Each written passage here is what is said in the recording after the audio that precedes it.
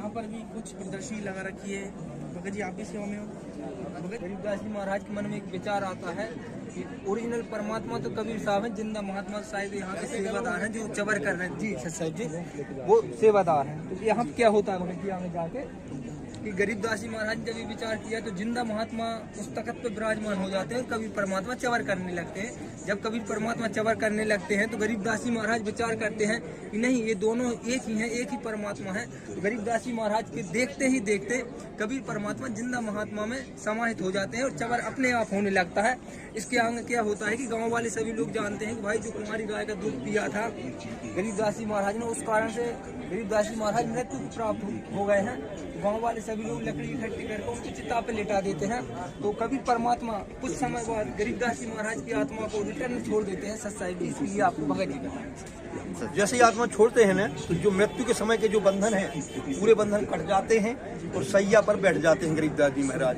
और बैठे बैठे वहाँ की जो आंखों देखा हुआ नज़ारा है पूरे वाणियों द्वारा बोलते हैं। तो भगत जी अभी हमने इससे पहले देखा ये जो गरीबदास जी महाराज जी थे वो चिता पे लेटे हुए थे, एकदम से वो कैसे उठ गए?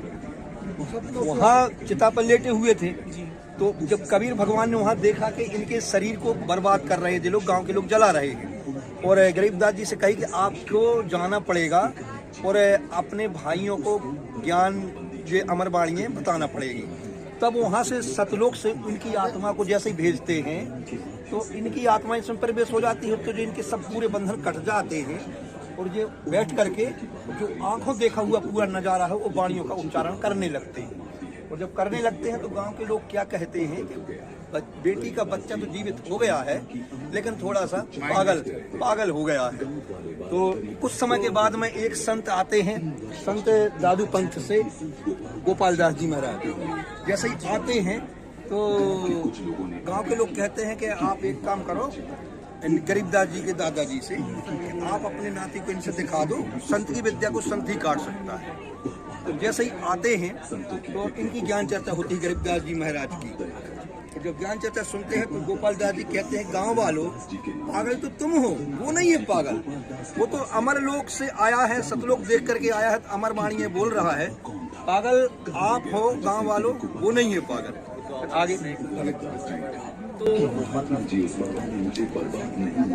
यहाँ पर गरीबदास जी महाराज और दादू पंथी गोपाल दास जी की भेंट होती है। तो गरीबदास जी महाराज के मुख से एकदम परमात्मा की वाणी निकलती है। तो गोपाल दास जी कहते हैं कि हमें ये वाणी लिखवा दो, आगे जनता के कल्याण के लिए काम आएंगे। तो बालक रूप में गरीबदास जी महाराज 10 वर्षीय अवस्था में वो कहीं यहाँ हट करके भाग जाते हैं। यहाँ बार बार जब विनती करते हैं गोपाल दास तो गोपाल दास विनम्र विनती करते हैं, हाथ जोड़ के बैठ जाते सामने। तब गरीबदास जी मानते हैं, कह रहे हैं कि ठीक है मैं अपनी वाणी को लिखवाऊंगा, लेकिन एक शर्त है, आप मेरी वाणी को अधूरे बीच में नहीं छोड़ेंगे, या मेरी वाणी को पूरा लिखेंगे या मैं नहीं लिखवा रहा हूँ। गोपाल दास जी कहते हैं ठीक है मेरी आपकी शर्त मंजूर है, मैं आपकी वाणी को पूरा लिखूंगा। फिर यहाँ पर गरीबदास जी महाराज जो सतलोक से परमेश्वर कबीर साहब ने जो ज्ञान बताया था वही ज्ञान सेम टू सेम बोलते जा रहे हैं और गोपाल दास जी महाराज लिख रहे हैं।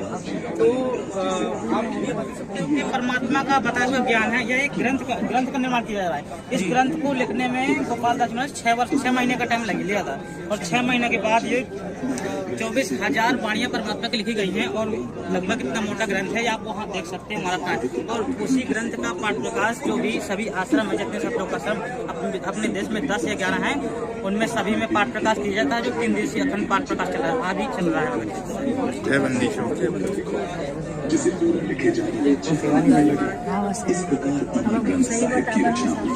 पूर्ण परमात्मा कबीर साहिब जी ने संत गरीबदास जी महाराज की दिव्य दृष्टि खोली। जैसे महाभारत के युद्ध के दौरान संजय महाभारत के युद्ध का बताया गया है, अपनी दिव्य दृष्टि से देखकर धृतराष्ट्र को, जैसे संत तुलसीदास जी ने लाखों वर्ष पूर्व त्रेता युग में रामचंद्र जी की जीवन 1778 में 61 वर्ष की आयु में छुड़ाने में शरीर त्याग गया था, उसकी याद राज्य समाधि स्थल है।